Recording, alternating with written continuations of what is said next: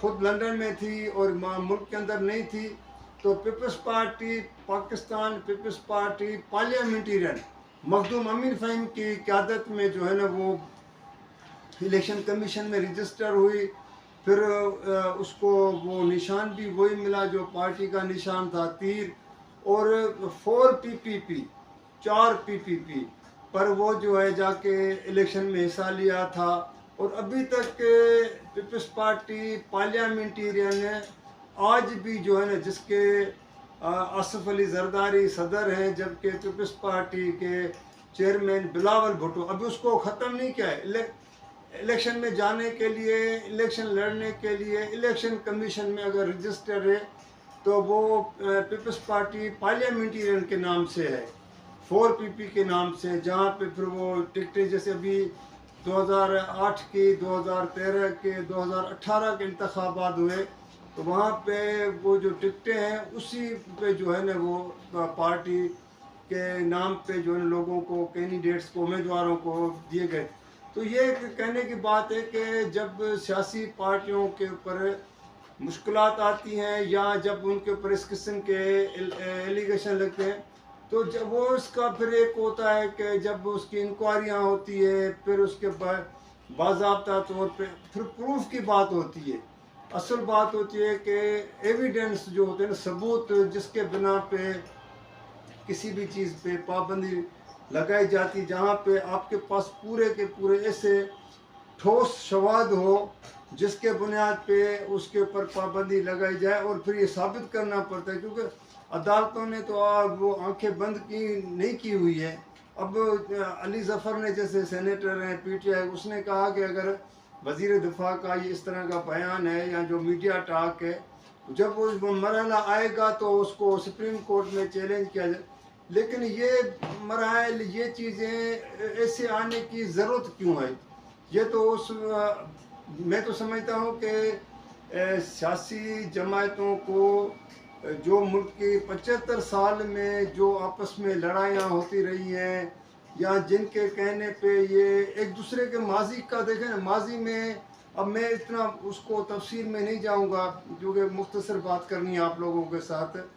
تو اس وقت کس طرح لڑ کے ایک دوسرے کے اقتدار کو جو ہے نا ختم کیا جاتا تھا، ایک دوسرے کی ٹانگیں کھینچی جاتی تھی. یہ بھی بہت سے مثالیں پڑی ہیں اور ان سازشوں میں بھی رہے ہیں، لیکن آج تک کسی نے سبق نہیں سیکھا. محترمہ بینظیر بھٹو اور نواز شریف نے میثاق جمہوریت کیا تھا. اب محترمہ بینظیر بھٹو دنیا میں نہیں ہے. نواز شریف کو یہ بھی احساس ہے کہ یہ دوسری مرتبہ ملک سے باہر بیٹھا ہوا ہے. پہلے سعودی عرب گیا تھا 10 سال کے لیے، ایگریمنٹ کر کے گیا. اس مرتبہ جب عمران خان کی حکومت میں اپنی بیماری کا بہانہ بنا کے جو بھی ہے وہ 4 ہفتے 6 ہفتے کے لیے کیا، لیکن ابھی تک باہر بیٹھا ہے. تقریباً 4 سال ہو گئے ہیں ملک کے. وہ سمجھتا ہے کہ جیسے وہ خواجہ آصف نے کہا تھا کہ حالات سازگار نہیں ہے کہ نواز شریف کو واپس بلائے. جب سے حالانکہ بھائی پرائم منسٹر ہے، سب چیزیں ہیں ان کے پاس، اب تو کسی بات کا ڈر نہیں. لیکن اس کا مقصد ہے کہ ان کے ذہن میں کوئی ایسی چیز ہے کہ ابھی بھی ان کو کوئی خطرات ہیں یا اس قسم کے ان کو ہیں کہ کوئی کل ان کے لیے پرابلم یا اس طرح کی کوئی ہو سکتے ہیں. تو بہتر یہ ہے کہ سیاسی لڑائی، سیاست میں اختلاف رائے ہوتا ہے، اختلاف رائے کرنا چاہیے، لیکن اس نہج تک پہنچنا، پھر ایک دوسرے کے اوپر پابندی لگانا یا یہ کرنا، یہ میرے خیال میں تو بہرحال یہ فیصلہ تو ان کا اپنا ہی ہوگا. ہم تو صرف بات کر سکتے ہیں، اپنی رائے دے سکتے ہیں، کیونکہ ہماری رائے تو کوئی حتمی نہیں ہوتی ہے، نہ وہ کوئی کسی کو پابند کر دیتی ہے. لیکن پھر بھی لامحال ہے کہ فائنل اور آخری جو ہے نا وہ آ کے اپنا جو ہے نا ٹیبل ٹاک پہ آئے گی بات. کہیں سے بھی کدھر سے بھی گھوم پھر کے وہ آخر میں ٹیبل ٹاک آئے گی. ٹیبل پہ آگے بیٹھیں گے وہ لوگ بٹھائیں گے یا خود بیٹھیں گے، پھر ایک وہ جو ہے نا اس کا راستہ نکل جائے گا. تو ناظرین، اگر یہ میری آپ لوگوں کو ویڈیو پسند آئے تو آپ اس کو لائک بھی کیجیے گا، شیئر بھی کیجیے گا، سبسکرائب بھی کیجیے گا. اور کمنٹس میں ہمیشہ میں ریکویسٹ کرتا ہوں کہ آپ کمنٹس میں جو ہے نا مجھے اپنی آرا سے آگاہ کریں. جو بھی بات ہوگی تو احتراماً اور میں اس پہ آپ کو ضرور جواب بھی دیتا ہوں اور مزید اس کو بہتر کرنے کی کوشش کروں گا. اللہ حافظ.